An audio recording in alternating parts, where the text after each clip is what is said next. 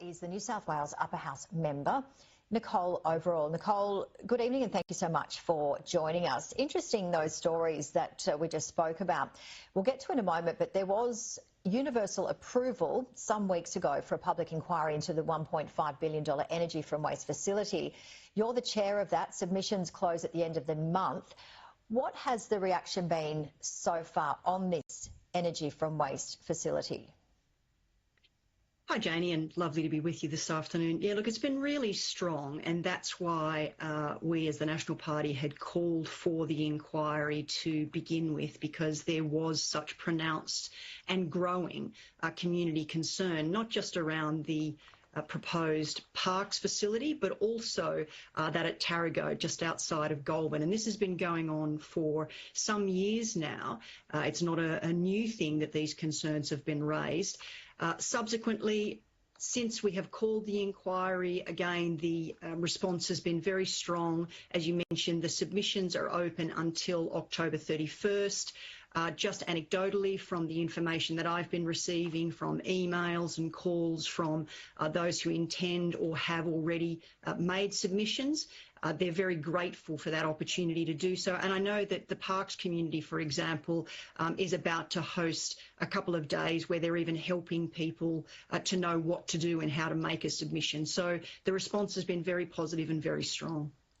All right. And as we just heard with those other stories with the Greens leader Larissa Waters, and also concerns by residents about potential pesticides and toxins in blueberries, the lead, potential poisoning in mining as well. So I guess, correct me if I'm wrong, you could potentially combine those two issues with the renewables and what the community or some of the community are calling for in terms of more investigation on potential toxins, and marry the two together, would you say? Because what is being proposed is an energy from waste facility, again with the toxins as a potential. Yeah, I think whether it's the renewables rollout or whether it's projects like energy from waste incineration, what we're hearing is similar concerns from communities, from potentially impacted residents on the ground in those areas, and that is a lack of transparency around these projects, a lack of comprehensive information, and what they believe is fulsome answers to the concerns that are being raised. So when you get to the point about potential toxins, yes, that is one of the concerns that has been primarily raised, the one that is most consistent across the board.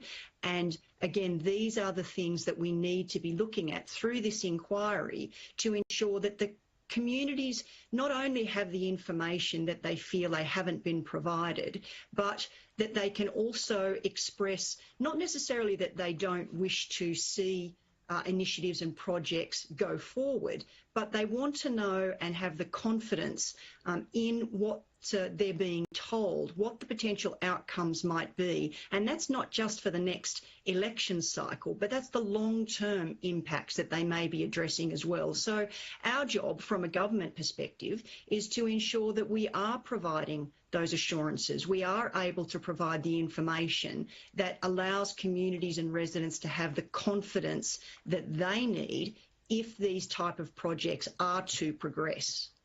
And I guess with the universal approval for that public inquiry that you did receive, what's been the reaction in terms of that open dialogue?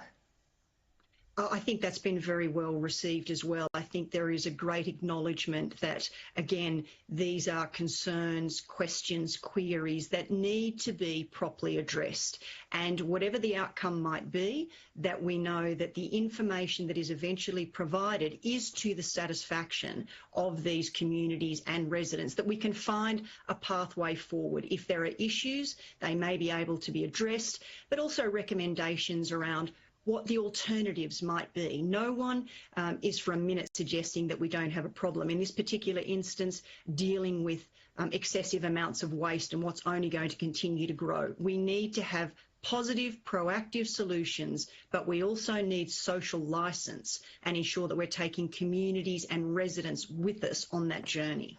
All right, we've almost run out of time, but in terms of the proponents, what are they coming forward with any evidence at all?